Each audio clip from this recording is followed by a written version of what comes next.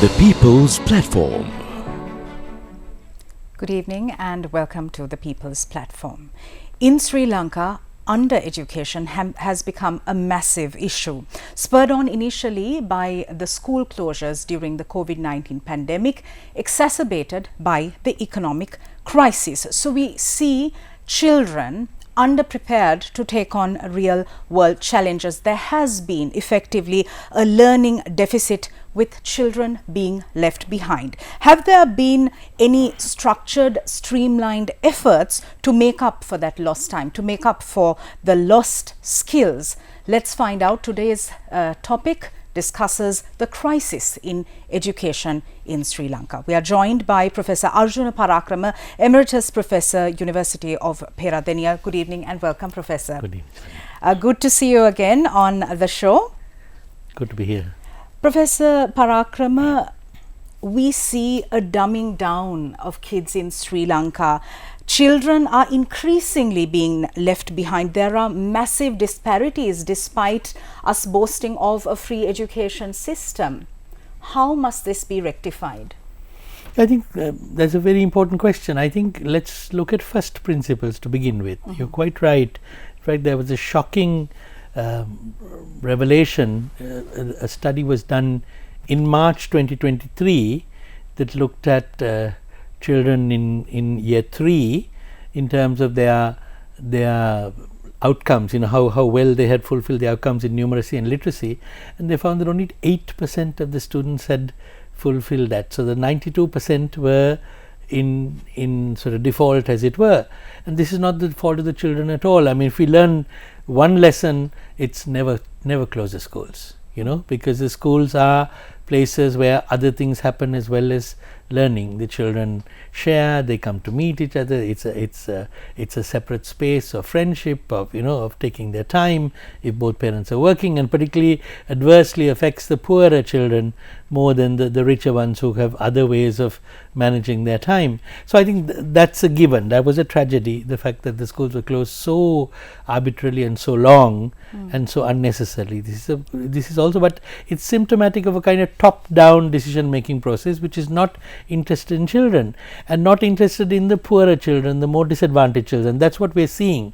I think it was Naomi Klein who talked about the shock doctrine, where she said that crises are used in some way for governments and regimes to implement policies that would not work elsewhere. Now, for example, we are having further dismantling of free education because the digital divide is a very clear thing. We know that during the COVID period, the statistics are quite clear that there was a very large percent, possibly 45% of the students who could not access any form of device. They didn't have a device. Now it's slightly better.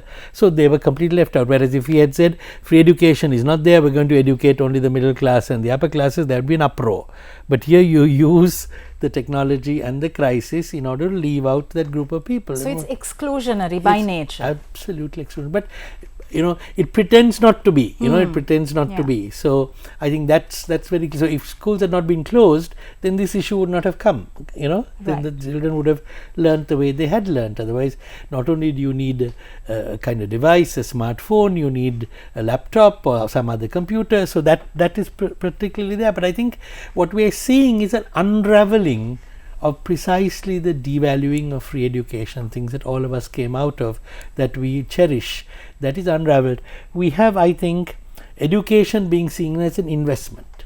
That is not a rights-based thing. So with an investment, why would you invest on the poor, the disadvantaged, the street children and so on, because that may not translate into a university degree. For example, if I had to give you a crude example, if health were an investment, you wouldn't invest in my health because I have many illnesses, I probably won't make it. But if health is a right, then I need to be able to get the treatment that others do. You see, investment means you need a return on it. And the whole point about free education is everybody needs to get that education. And it's only then that our country is proud in that it was able to, it's one of the few places in the world that you can become a doctor or an engineer or a professor or an artist or a literature person, even if your parents have never been to school. It's a very rare right across the board. Maybe exceptions, but still that possibility is there. and that's being deprived of us. So what we have is, you're right, there is this undereducation has not been addressed. They're still trying to do the exams. They want to get the timetables right. They want to put the 3 exam in this year. You know, we have those 3 major exams, the year 5, the O level and the A level. So tuitions are geared to that. Education is geared to that. There is no holistic education. There is no education of values, and the stress on the children is unbelievable. As a result, they underperform.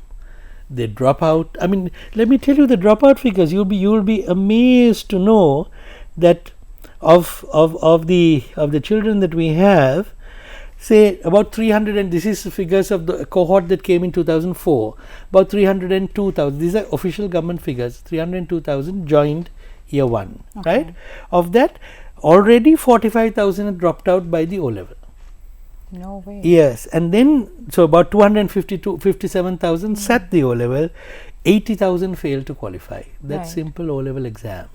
So that's a third have not qualified. So, and then at the A level, 177,000 sit, and 120,000 of that miss higher education altogether. So we have basically 245,000 children who out of that 302, so a good 60% of them don't have access. So of that, about 60,000 go into unskilled labor. The others try to get some course here or there and pay lots of money. They get into debt, you know, and all of that kind of stuff. So what are we doing? We are clearly taking the cream, the youth, the future leaders, and then sort of cutting it down to you have a group that's about 57. And if you look at the socioeconomic status of the 57,000 that get in, you will see that they are middle class and upper class, right? And there are people who may have the opportunities to study elsewhere. So it's not even a fair system. And what we're having now is a gradual entrenchment of that. Let me give you one more frightening example. As you said, not only is it not addressing the deficit, it's using that deficit in order to pursue that neoliberal agenda. Let me give an example. Now students are applying for private universities, which is very good, and they're paying the fees. It's difficult for them to pay the fees. They're paying the fees. The interest is paid by the government entirely. But this same government which is paying the interest on the fees, school fees of private students, is not paying the basic Mahapola scholarship to the students who have qualified much better and who entered. So where are the priorities? And that's 5,000 rupees a month. This is much, much more.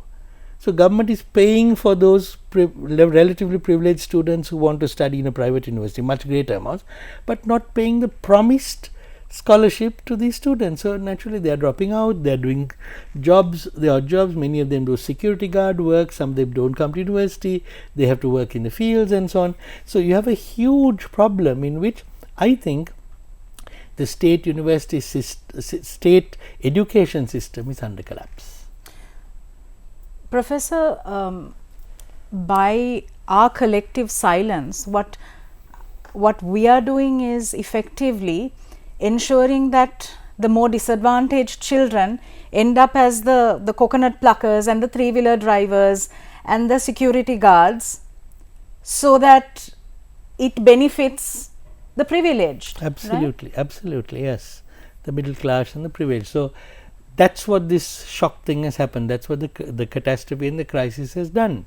We should look at what kind of learning loss is there, and the learning loss is greatest with the poorest students, the students who don't have access, students who don't have even now, because cost of living is so high, malnutrition is hugely high. Let's take school feeding. Now the government is saying they don't have money to continue the school feeding process. You're familiar with Amartya Sen, no? The great Nobel Prize winning. He said, stop all development programs, do school feeding and your country will develop. Because parents will send their children to school, that notion. We are going to feel this 10 years from now.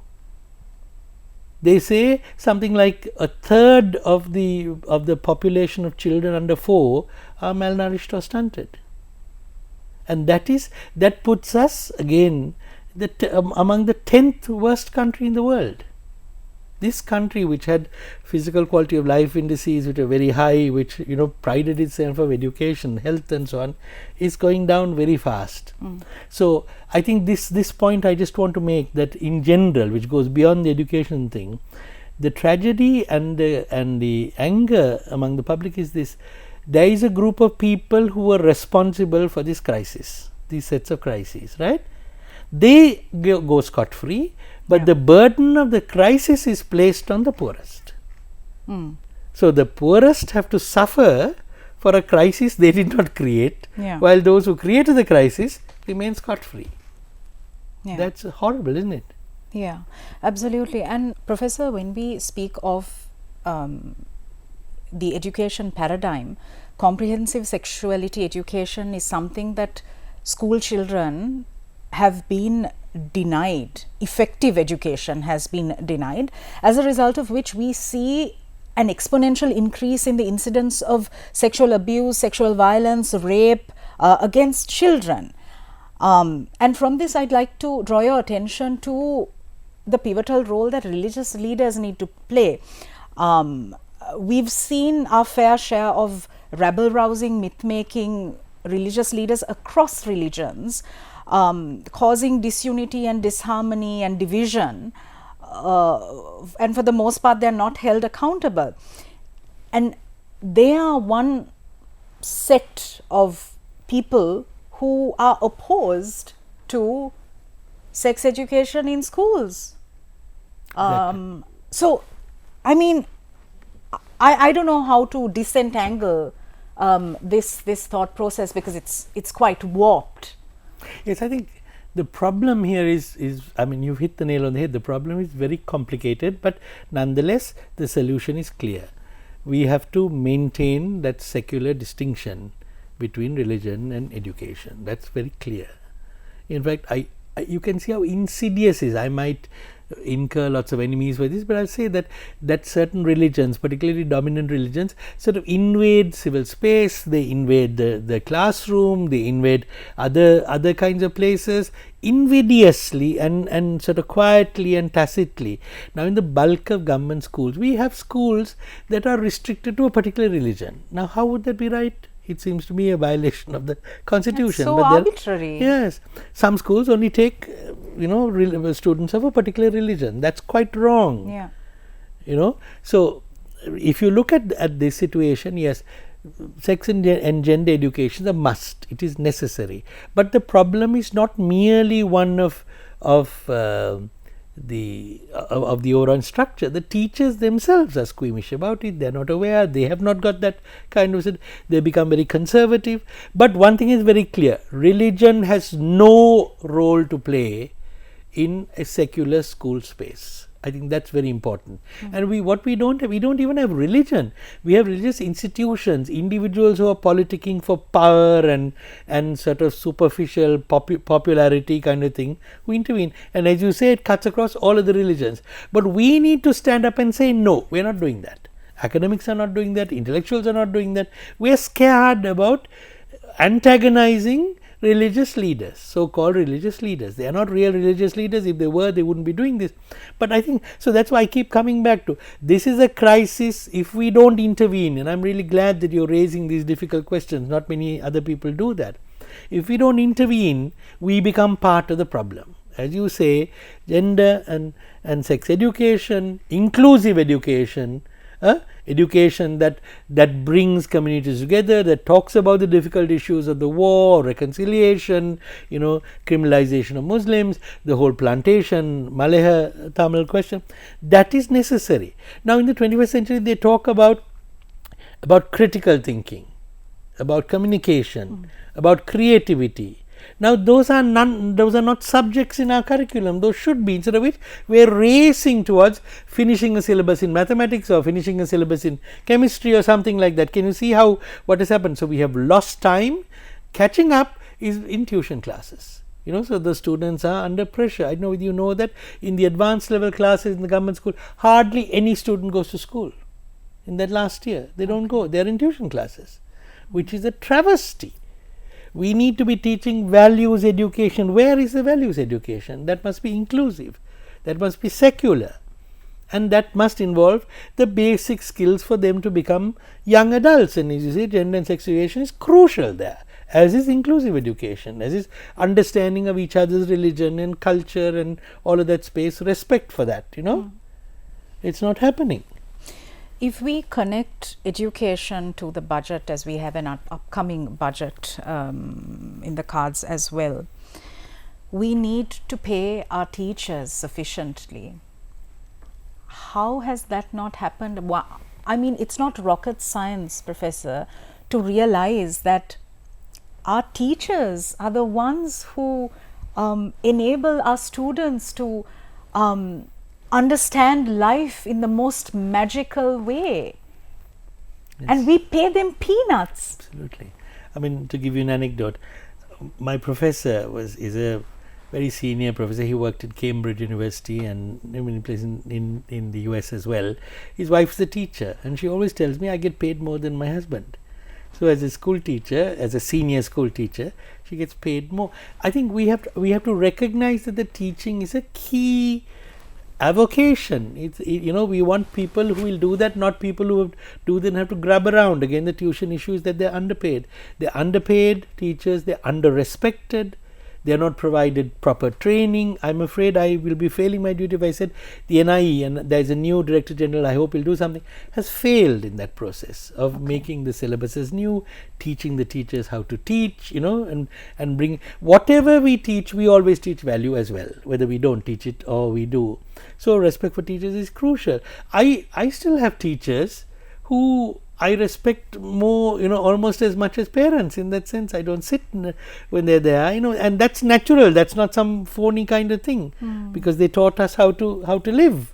Now that part is missing here, right? What is here is a very instrumental thing. You have to pass an exam, then you have to pass another exam, then you have to pass another exam, and that's all that teachers do, So I think that's part of the crisis. So the crisis of education, we have to reconceptualize education. If you look at the National Education Policy 2020-2030, it's, I'm sorry to say, it's 417 pages long, but it's not worth the paper it is written on, because it does not look critically at any of these issues. If you look at the comparative national policy done in India, which is 68 pages, it is wonderful. It actually looks at what education should do to the individual, how it should transform them, how it is participating in the actual development thing, so the individual and the society, the question of values. So we have missed that bus. I think we need to, what we are doing is now putting little sticking plasters on the wounds, as it were, to try to sort it out. But I blame the academics and the intellectuals who are standing by. We are still thinking the economic crisis is the most important, the political crisis is the most important. It's the education catastrophe that has led to these.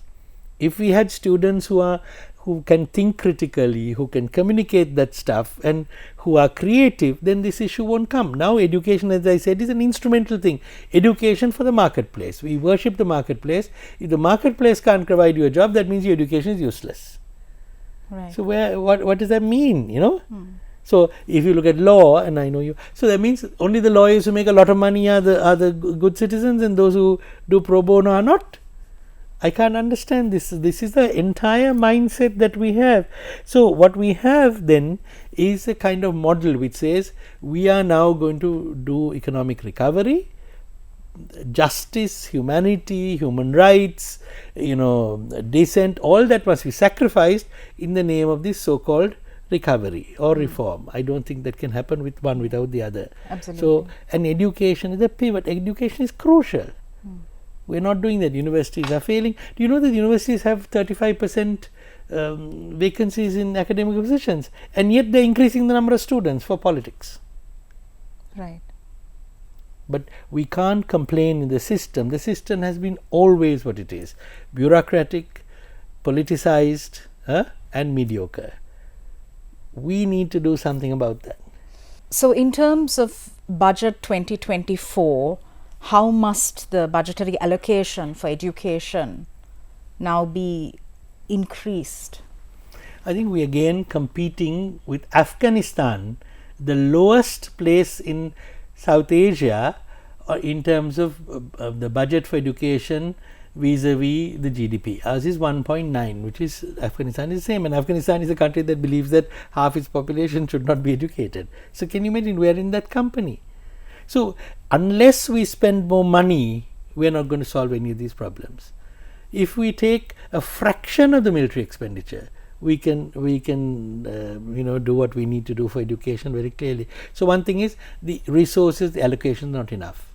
What we have is an unequal system. I mean, of the 11,000 something schools, we have slightly over 11,100 schools. 3,000 schools have less than 200 students, and 200 schools have over 2,500 students, and there is even about 1,500 with under 50 students. Okay. So we don't even change that. We let them rot and disintegrate and go away. Those small schools are should not be abolished, because some of them are caste-based schools. I know schools will have 10 students because the bigger schools around won't have them, because these are undercaste students. So they have to be protected, or they are students in remote areas and they can't travel that far. We have to nurture. Education must be built on equity. So the budget needs to reflect that kind of thing. Education for all is what we want. You can't say it's an investment, therefore poor people should not be educated, street children should not be educated.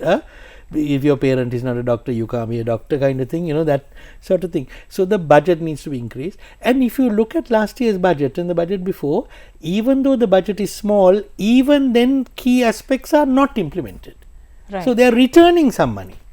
Can you imagine, from an inadequate budget, you're returning money? And one of the areas they're returning is this question of giving resources to all the schools. That's not happening. They concentrate on these 300 and something national schools. There are 373 national schools, 3.7%. All the resources are given there. And if you look, let me take a symptomatic case so that you understand. If you look at the national figures, 2016 is the latest I could look at, there are 3,000 plus excess English teachers in the country. But there are probably about 1,000 schools that don't have English teachers. Why? Because schools like Royal College and so on have 30, 40, 50 excess teachers. So it is unequally distributed.